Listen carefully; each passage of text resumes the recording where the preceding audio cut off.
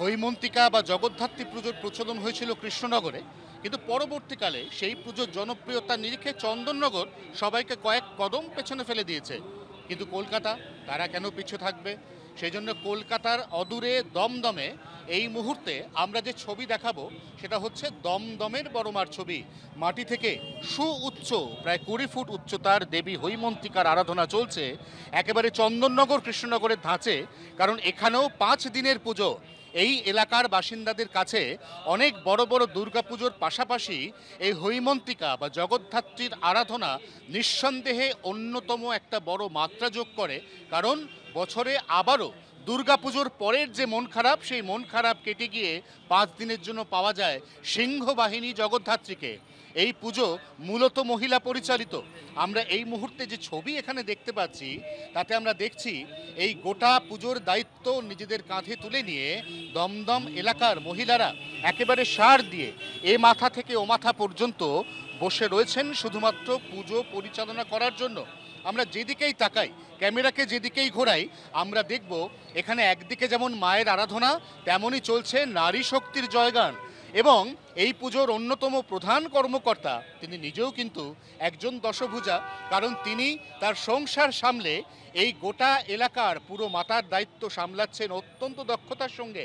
এই যে জগদ্ধাত্রী পুজো, এই যে মা দুর্গা বিসর্জন হওয়ার পরে আমাদের যে মন খারাপ, আমাদের যে হারিয়ে ফেলা, আবার নতুন করে এখানে 5 দিনের জন্য মাকে পাওয়া, এটা কবে থেকে চালু হয়েছে, কেন 5 দিনের পুজো, এবং এই পুজো কিভাবে টেক্কা দিচ্ছে চন্দননগর এবং কৃষ্ণনগর?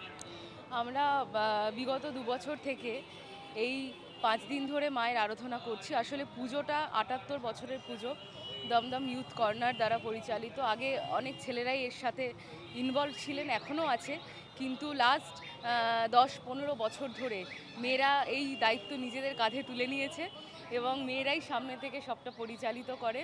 এবং খুব সুন্দর একটা, মানে আমি সত্যি বলছি, দেখুন মা দুর্গা, মা জগদ্ধাত্রী, মা জগৎজননী, মায়ের তো বিভিন্ন রূপ।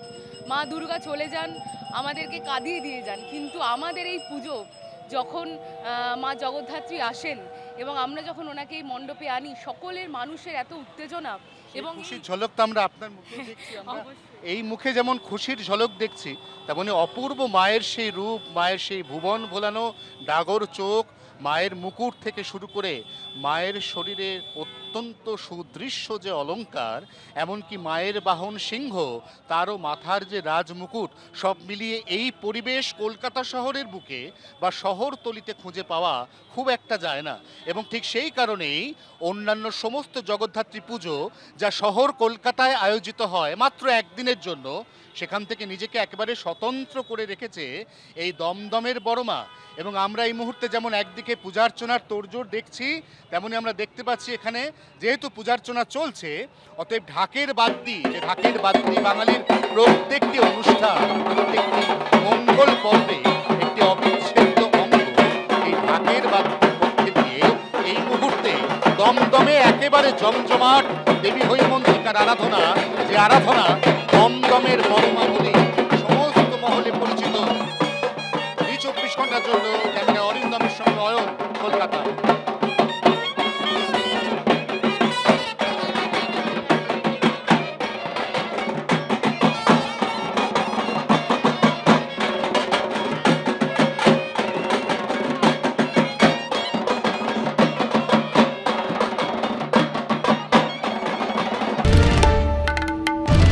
বাংলার আওয়াজ, বাঙালির আবেগ, জি 24 ঘন্টা।